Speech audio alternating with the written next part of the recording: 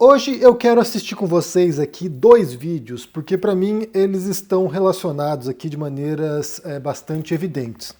O primeiro deles é um vídeo que o Felipe Neto gravou essa semana, no começo da semana, falando sobre mudanças de planos e como ele pretende abandonar a esfera do debate político. Vamos ouvir juntos aqui e depois comentar algumas coisas. Obviamente, muita polêmica, muita confusão, muitos problemas em função daquele assunto que a gente já sabe qual é, né? O assunto da política. Esse ano eu decidi fazer algumas mudanças na minha vida. Eu realmente sinto que a minha vida tinha mudado de estrada, de rumo, para uma estrada que eu nunca quis entrar. Eu tava como se fosse na contramão, numa rua que levava pro caminho errado. Eu não tenho nenhuma pretensão de ser político, eu não tenho nenhuma intenção de seguir uma carreira nesse caminho. E era pra isso que a vida tava caminhando, sabe? E eu tava assim meio perdido. A única razão de eu ter entrado nesse mundo foi pra enfrentar algo que eu considero completamente errado. E eu me dediquei de corpo e alma. Eu mergulhei de cabeça, dediquei cada segundo da minha vida e acredito que fiz o meu papel. Mas do fundo do coração, pra todas as pessoas que vão me cobrar, né, que vão ficar muito chateadas com isso, eu preciso dizer que eu preciso voltar a focar em mim, na minha felicidade e no que eu amo fazer, que é produzir conteúdo. Eu tive que abdicar de muitas coisas pra essa vida que não é a vida que eu queria ter.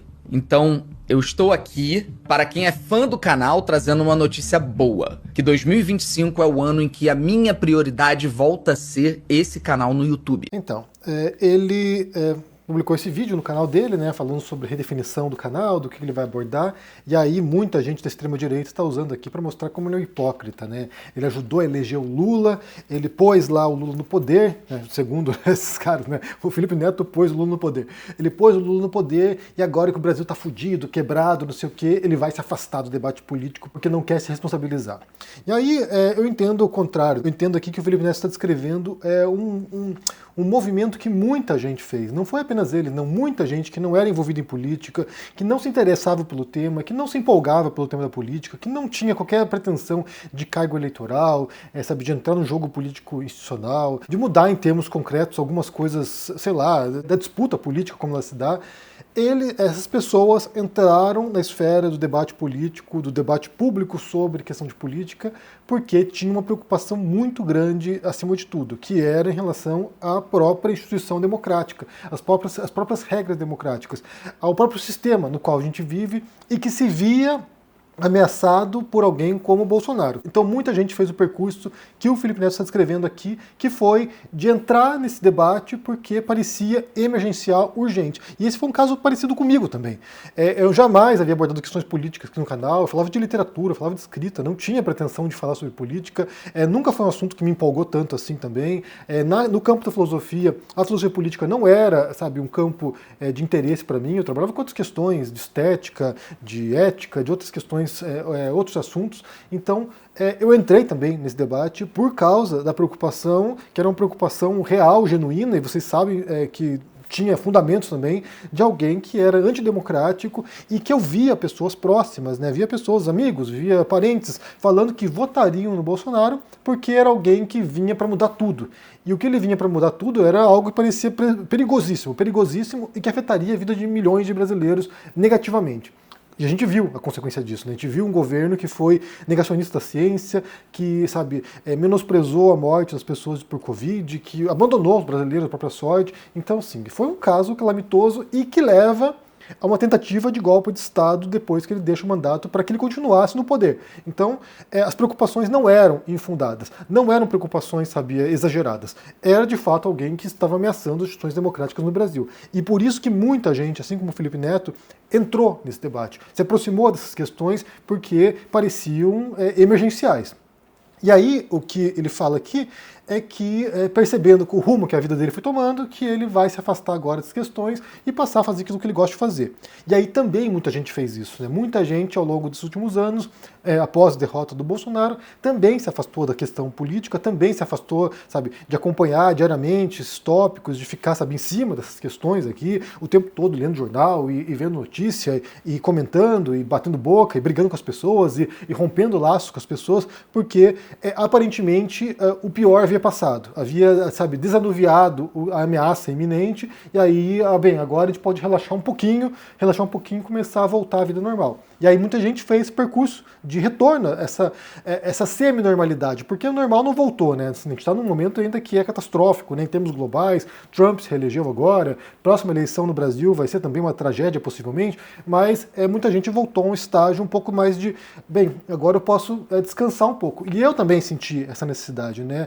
Vocês sabem a trajetória aqui, vocês sabem o caminho que aconteceu aqui, tive um infarto, quase morri por causa dessas questões, né? O estresse constante, a carga de trabalho que tinha aqui, sabe, as ameaças que a gente recebia, e o Felipe Neto também recebeu muitas ameaças, então, assim, quem estava no campo progressista, quem estava enfrentando o Bolsonaro, foi muito atacado e, sabe, e em alguns casos acabou na delegacia, acabou em processos, porque havia um risco também de que pessoas mais extremadas fizessem algum tipo de ato mais drástico e matassem alguém, sei lá, ferisse alguém, como aconteceu, inclusive, no caso da Marielle Franco, né, um caso que levou à morte de uma vereadora. Então, muita gente sabia dos riscos e muita gente se afastou dessas questões porque precisava dar uma trégua, precisava relaxar um pouco.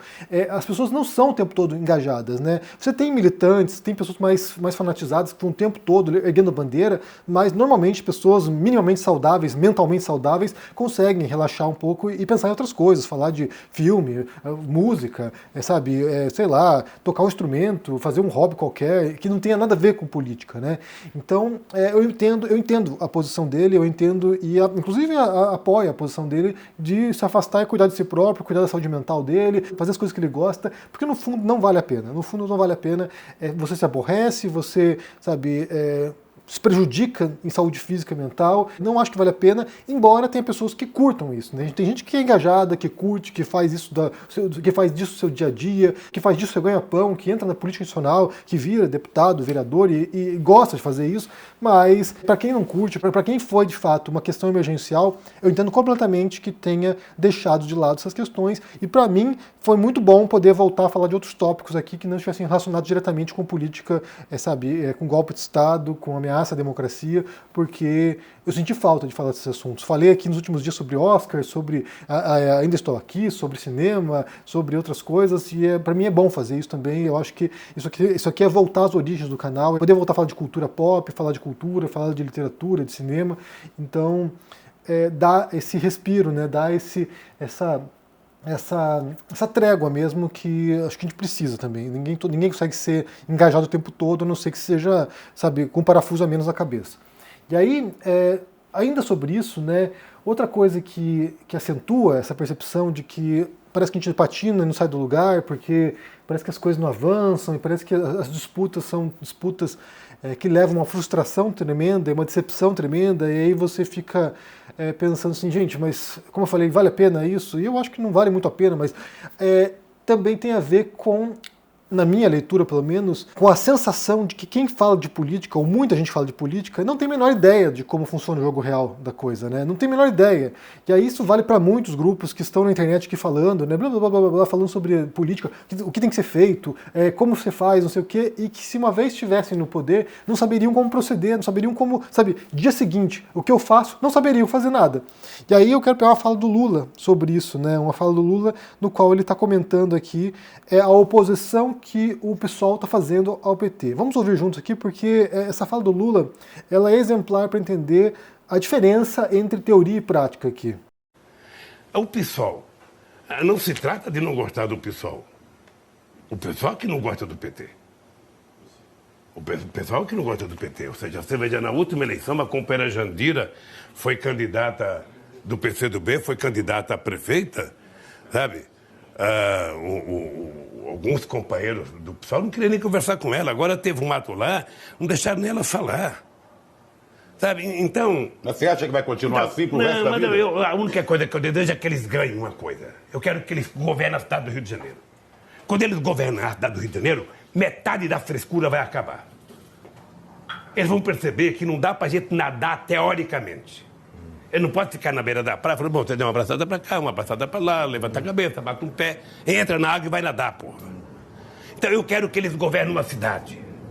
Depois que eles governam a cidade, eles vão compreender que nem o Sarney, que a vida é dura, quando foi, sabe, quando foi em 2006, que elegeu 323 deputados constituintes e elegeu 23 governadores do PMDB, não conseguiu governar. Mas entre Freixo e Crivella tinha que ficar com Freixo. Não dava para ficar com Crivella. Eu não tenho problema de ficar com Freixo. Não, digo você. Eu digo o eleitor. O problema é o seguinte, é que eles se acham.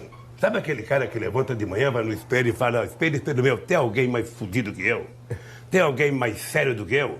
Tem alguém mais honesto que eu, mais bonito que eu, mais sabido que eu? Então, essa fala do Lula é perfeita porque, como eu falei, ela demonstra a diferença que existe entre o discurso teórico, né, sobre política, aquilo que tem que ser feito, certas críticas feitas também, e o mundo real, né? O mundo real que não é nada simples, nada, sabe, não é redutível a certas teorias que visariam explicar todos os fenômenos da realidade. Então, aqui ele menciona o caso do PSOL, mas aqui poderia valer para vários grupos, né? Grupos que estão aqui na internet, grupos radicais, que estão tentando determinar aquilo que o Lula deveria fazer, que seria o correto. E aí, claro, é o descolamento entre a ideia, né, o mundinho de ideia teórico no qual eles vivem e a prática do mundo real. Então, o que o Lula está fazendo aqui, o Lula é um cara muito safo, né, que tem décadas de experiência na luta política real, institucional. Ele está falando aqui, basicamente, é aquilo que você sabe, né, que uma coisa é você estar em campanha falando aquilo que você gostaria de fazer, outra coisa é você estar lá no poder tentando implementar essas coisas com uma oposição, brutal, uma oposição desleal, inclusive, nesse momento no Brasil, e tendo que enfrentar as limitações do jogo político real democrático, né, no qual você tem colisões de forças, né, forças em disputa aqui, e você tem que descobrir meios de convencer quem é adversário para poder embarcar, em algumas circunstâncias, nos seus projetos, e nem sempre isso é possível. E aí isso não significa que tem que blindar o governo de críticas, que não pode criticar o Lula, que não pode criticar o PT, que não pode criticar o governo. Pode, deve. Eu acho que a função, inclusive, do cidadão é essa, né? É de fiscalizar, é de cobrar, é de você, sabe, prometeu, agora cumpra, né? Então, assim, acho que é uma função nossa. Você votou no PT, você tem obrigação de cobrar do PT. A questão não é essa, a questão não é de blindar nada de crítica, né? Não pode criticar o PT. Pode criticar.